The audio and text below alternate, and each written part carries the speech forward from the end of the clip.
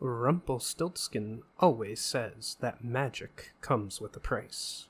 But for this price, you can get a nice piece of jewelry. Use code ONCEPOD for 10% off your first order at Unusual Magic Jewelry on Etsy. Click the link in the description.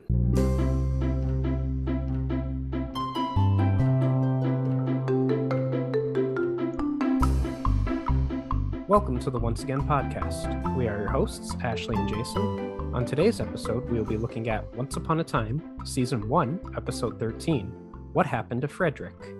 This episode was written by David H. Goodman and directed by Dean White. It premiered February 19th, 2012, and had a viewership of 9.84 million. A brief synopsis. With their love for each other growing stronger, David finally agrees to tell Catherine about his relationship with Mary Margaret and to put an end to his loveless marriage. Meanwhile, in the fairy tale land that was, while running away, groom Prince Charming searches for Snow White. He agrees to aid Abigail on a dangerous mission to recover something precious that was lost to her. And we begin with the title card. There is a knight in a gazebo. And I'm going to break into, so the Once Upon a Time Reawakened, the chapter based off of this episode, starts off by mentioning, in relation to the last episode, that Gold got away with everything and that he just must know people in high places and have good lawyers. And Yeah, that's Emma spends a good amount of time thinking about how she doesn't know how Gold got away with it. well, I guess legally, if Mo French didn't want to press charges, there's nothing she could do. Exactly. Yeah. I imagine. We begin the episode in the former enchanted forest, where Abigail meets with King George. The king tells one of his knights to find him. We then see Prince Charming riding through the forest on horseback, while knights pursue him. He successfully hides from George's men, but the moment he turns to go, another pair of men kidnap him. And my only note about this scene was that King George's men were shooting arrows at Prince Charming's head.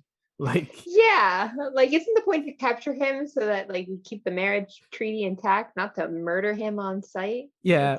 I guess maybe at this point it's not said, but maybe King George is like, you know what? I'll just marry Abigail. That'll unite the kingdoms. But I do want to say here, this is the first time we see her in a gown that's gold colored, which makes so much more sense for her character as being Midas's daughter. Yeah. Her next gold dress is a lot nicer, don't get me wrong, for the rest of the episode, but it's she has two separate dresses here. But I like seeing her in gold. This entire episode is great because she actually looks like a daughter of Midas and not some wannabe Elsa hanging out. Agreed. In Storybrooke, David and Catherine Nolan are having dinner when she tells him she has applied to law school. She has been accepted, but the school is in Boston. Catherine suggests that this could be a fresh start for the both of them, but he makes the excuse of going to get some air and leaves. My only note about this was I tried to figure out what law school she applied to, and there are over 30 law schools in Boston. So, I'm sure it's a major city. Of course, there's a bunch of law schools. Yeah. In the Enchanted Forest, it is shown that Abigail is responsible for Charming's capture. She tells him she knows of his love for Snow White and that she has no feelings for him either. She asks him to do something for her. And then my note here is Abigail's line of saying, "You would lay down your life. How charming." Like she calls him charming as well. Moving right along, Mary Margaret meets David. She asks him why they must keep lying to Catherine and says that they should tell her about them. He doesn't want to hurt her, but she tells him that the only way no one will get hurt is if they are not together. He says that he chooses her, and Mary Margaret tells him then he needs to tell Catherine the truth. The stranger and Emma bump into each other, and he asks her out for the drink. Emma asks him what is his name, and he claims his name is August W. Booth, and the W is for Wayne.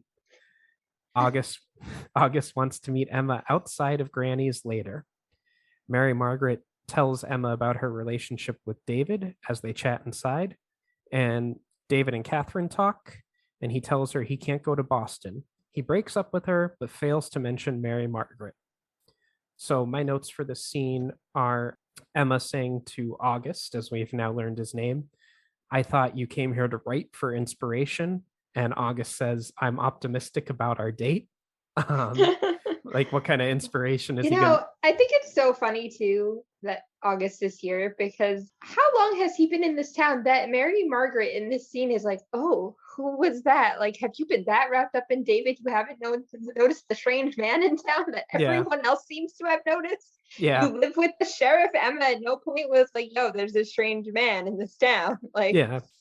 Well, I like to when she's walking when Emma's walking to Granny's diner that she looks at August's motorcycle, and I know it's just to be like, oh, he's in there, but for me it was like, oh, she just loves the bad boys. Like she sees the motorcycle, gets a little excited, and then my other note is Emma to Mary Margaret saying, "I'm not your mother." Late nights, new perfume, plunging necklines. You haven't been discreet. Like she knows about David and Mary Margaret being together. yeah, you were a top button kind of girl when I first met you. That's right. That's what she says to her. Back in the Enchanted Forest, Abigail tells Prince Charming that she loves someone else as well. He tells her about what Snow White said to him. Abigail takes him to see a golden statue, which he thinks is a representation of the man. In actuality, it is Frederick, her lost love. He was turned into gold by Midas's power when he saved the king's life. Abigail has tried breaking the curse many times by means of true love's kiss. She tells him of Lake Nostros, where the waters are said to be able to bring back something you have lost.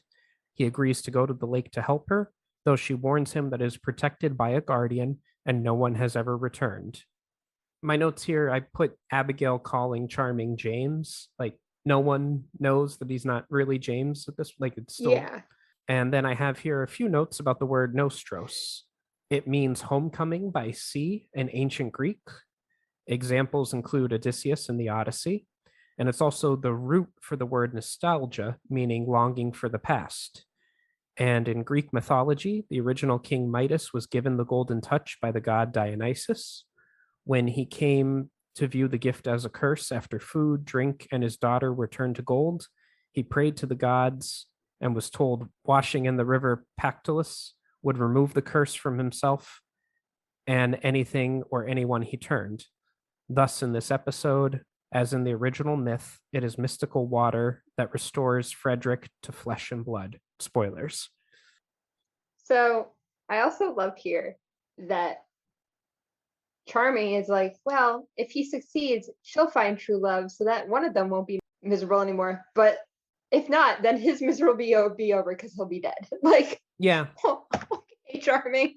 Yeah, because he doesn't want to marry her, and he knows that Yeah, they'll King both be put out of misery Yeah. whether he fails or succeeds. Like, oh, okay. Well, that kind of goes with the drama that these tales are based off of. It's a big theme, even going as far as Shakespeare. Oh, I can't be with the one I want to be with. Well, then I wish I was dead. August is seen dipping pages from Henry's book into an unknown liquid and then hanging them up to dry. He then takes pages, which are either new or already dry, and places them into the book. Obviously, this just gives him more is he the author vibes. Yeah. And Yeah. also, where is this workshop? Like, it is middle of nowhere. Like, where's this man doing all this work? That's a very good question that I do like not. It's a cabin. Like, Yeah. it's not like we see where he's like hiding out later, but it's not this place. Like, where No. is this cabin that he is doing this work in? Maybe that he just knows no one will be in and nobody cares about. Maybe he has a deal with Marco or something, who knows? Maybe he does. Yeah. I don't know. Regina gives the present of a handheld game to Henry, apologizing for destroying his book. Catherine walks in, and after Henry leaves, she confides in Regina that David is leaving her. Regina tells her that David and Mary Margaret have been having an affair. She shows Catherine photos of them, which Sydney took. And then my notes here, I put Regina referring to Mary Margaret as that little home wrecker. That made me laugh. And also, Catherine asks Regina if she saw something, and Regina says that she saw pictures, but we know that she actually saw them kissing in the middle of the street in a previous episode. So I don't know You why know, she, this is also one of those where like Regina's trying to make it seem like she's not the bad guy here or yeah. that she did anything wrong when clearly she's an awful friend for not saying something immediately. Yeah, but she uses the excuse. She says like, "Oh, I thought you guys would work it out or whatever." But yeah, she's just an awful friend. Back in the Enchanted Forest, Abigail shows Prince Charming a shrine where men asking for the Guardian's mercy leave peace offerings. Prince Charming goes to collect water from the lake the siren guards. And I liked that Prince Charming points out that the offering did no good for the other men who wanted to go to the lake. Back in Storybrooke, David is looking through photos and calls Mary Margaret to tell her about himself and Catherine. Catherine shows up at the school in front of a crowd of people and confronts Mary Margaret and slaps her. Catherine reveals that she knows about the affair, even though David had not told her. When Catherine goes, she leaves a very hurt and confused Mary Margaret. So David has lied to both women because he is a coward. Catherine actually straight up calls him a coward in the book, which is Hmm. my one note. Like she says that directly to him, Hmm. to Mary Margaret, like he's a coward, you should know this. Yeah.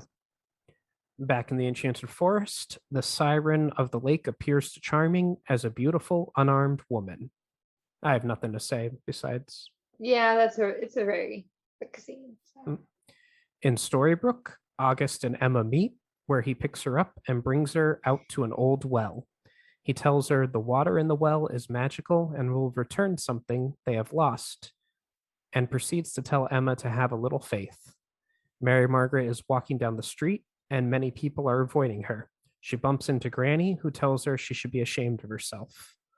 So my notes here are when August pulls up for the date with Mary Margaret, Granny says that she'll go on the date. I love Granny. That Yeah. Granny's so sad. She's like watching the whole time, like, Yeah. and then she's like, "I'll go if you ain't gonna go." Like, Yeah. I think I okay, said Granny. I think I said the date with Mary Margaret, but I meant the date with Emma. But yeah, that made me laugh. Later, August saying to Emma, like when she says, "Oh, I thought we were gonna get a drink," he says, "You want me to get drunk?" And Emma says, "No." August says, "Next time," and Emma says, "You are optimistic." The flirting is so spicy in this Oh yeah, scene. the little behind the scenes thing that August's true identity is hinted at when he tells Emma that he always tells the truth. I didn't even think about that, but Yeah. yeah. Back in the Enchanted Forest, the siren tries to seduce Prince Charming, but fails as his heart belongs to Snow. She then takes on the appearance of Snow White. He tries to tell himself that it is just an illusion, but she kisses him and he drops his sword. She leads him out into the water, but he is still fighting her influence as she kisses him again. The siren's effect fails, and as he is pulling away from her, she does not have a good grip as she grabs him and tries to drown him. The siren is almost successful, but Charming finds a dagger belonging to one of the many skeletons that litter the lake bed, and he uses it to stab her. My note here is that this is Charming and Snow's quote unquote first kiss in their timeline. Like they haven't kissed each other yet, but Yeah, that's true. yeah. And that Charming was the first to resist the siren's temptations. And sirens show up a lot in Greek mythology. Odysseus, Hercules, and many others have fallen for them. This is definitely a very Greek centered episode. Yeah, which I like, given it's Midas's daughter and everything. It should be. Yeah. Back in Storybrooke, Mary Margaret runs into David as he is washing the word tramp off of her car. She asks him why he never told Catherine the truth, to which he replies that he didn't want anyone to get hurt. She tells him that they are not in love, but what they have is destructive and needs to stop. So she breaks up with them. My notes here are David asking Mary Margaret who told Catherine, and Mary Margaret saying that is exactly the wrong question because he should have Like, been the one. yeah, Yeah. exactly. Yeah. And what they have is destructive. Is that the curse working to keep them apart? It could be. I didn't really think about it that way, but yeah, the curse is still in full effect and it could be doing its job of keeping them distanced as much as possible. Or it could just be Regina meddling too. I mean, Very true. Later, Emma is brushing leaves off of her car when she finds a red metal box in the street gutter. Inside, it holds Henry's book. August is seen looking at her from around the corner. So he put it there once he got done with it. I think what's what's interesting is like obviously he chose to put it there, but in the book, he chooses to leave it by another car that Emma just happens to walk by, which I Hmm. think is much less sketchy than like it just happens to be right next to Emma's car pretty much at the right time. Yeah, you know, it's funny, like, she's the sheriff of the town, and she finds this box underneath her car, kind of, like, I'd be like, "Oh, is this a bomb or something?" Like, what is this doing here? Well, she knows that that's what the thing that Henry's book was in that big red Oh, box. Like that's she did right. remember that. So Yeah, like it you're does right. make sense that she'd be like, "Oh, the book." Yeah. Yeah, you're right. Normally she would be a lot more, though she should still be suspicious that it just happened to wash up by her car. Yeah. Like, Catherine goes to see Regina to apologize for what she said. Catherine admits that she and David were never in love and that she has never been in love. Catherine says that she is moving to Boston alone and tells Regina that she wrote a letter telling David and Mary Margaret to be together, which upsets Regina's plans to keep them apart. And I wrote here that Catherine is the most mature, well adjusted person in the show. most mature, well-adjusted person ever. Like she's like, "Oh, okay. I guess you're right. We shouldn't be together. Oh, you were having an affair with her? You know what? You look like you're madly in love with her. Just date her. That's I want you Yeah. two to be happy." Like she does not care. Back in the Enchanted Forest, Abigail is at Frederick's shrine when Charming brings the water. She pours the water over Frederick's head, and the gold melts away, revealing that he is alive and free. The two kiss, and she introduces him to Prince Charming as his savior. Abigail thanks Prince Charming for freeing her true love, and he tells her that he is going after Snow White. Abigail tells him to be careful, as King George will soon come after him. In my notes, I put Charming asks Frederick for a horse and supplies for his journey, which Frederick says done. Like, dude, didn't you just wake up from a curse? You don't have these supplies. Abigail and Midas would give him anything at this point. I'm sure Midas is going to be delighted that Frederick is back. Like True. at the Yeah. end of the day, I get why King George is mad. It's going to be mad because it breaks the entire bond between the two kingdoms. But at the same Mhm. time, like he just saved someone even more important to both Midas and Abigail. Like Mhm. that's worth more. Yeah, definitely. And my other note is Abigail saying, "Some people will stop at nothing to destroy the happiness of others." And then we cut to Regina entering David's house using a key from a large key ring, and she takes the letter that Catherine left. And we did see, you did ask what that giant key ring was for like a few Yeah. episodes back. And now we know. Apparently she can just get into everybody's houses, is my assumption at this point. Yeah, it makes sense that she would put that into the curse because she's not going to be able to use magic to go into everybody's houses. So she wants some sort of access. Henry is sitting outside when Emma sits down next to him. Emma gives him the book. Henry sees the book coming back as a sign that things are going to get better. I have here Operation Cobra is back on, and that Henry plays a portable version of the video game Space Paranoids.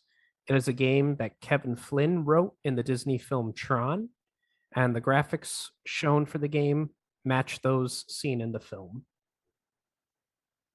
I don't know if you've I ever. know that, but I've Yeah. seen Tron. I didn't put that together. I haven't seen Tron in so long Oh, that yeah.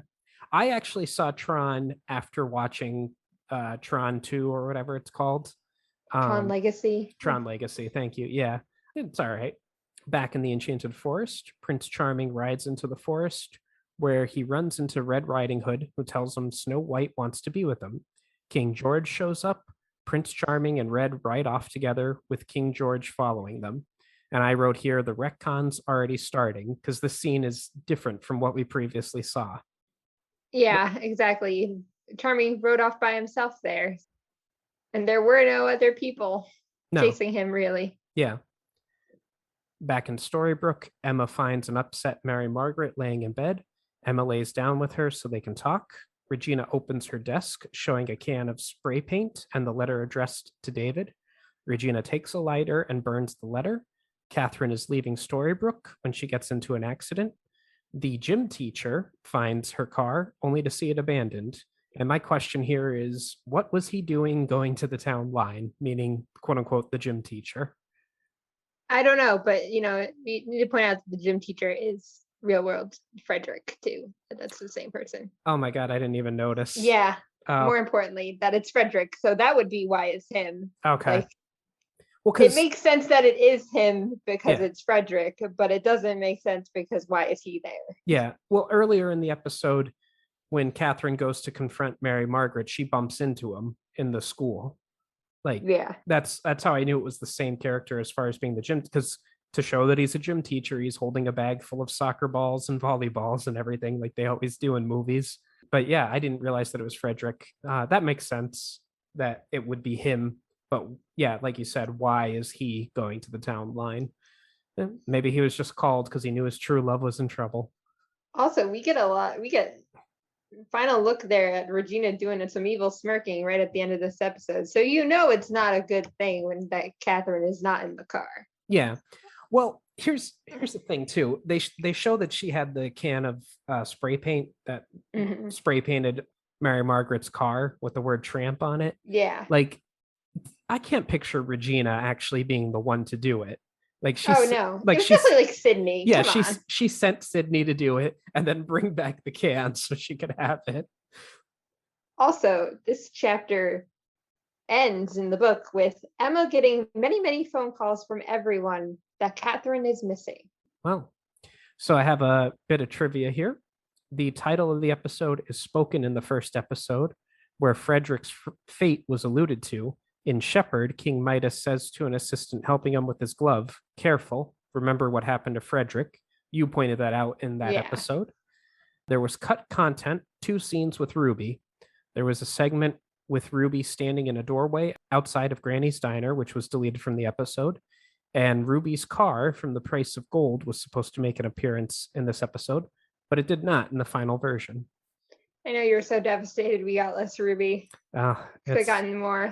Yeah, it's what I always look forward to. Anything else you'd like to say? No. That concludes this week's episode of the Once Again podcast. Thank you for joining us.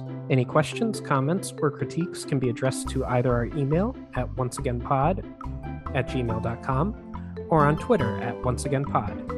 If you are feeling generous and would like to contribute to the podcast, we have several tiers available on patreon.com/onceagainpod. Also, a like and a share would be greatly appreciated.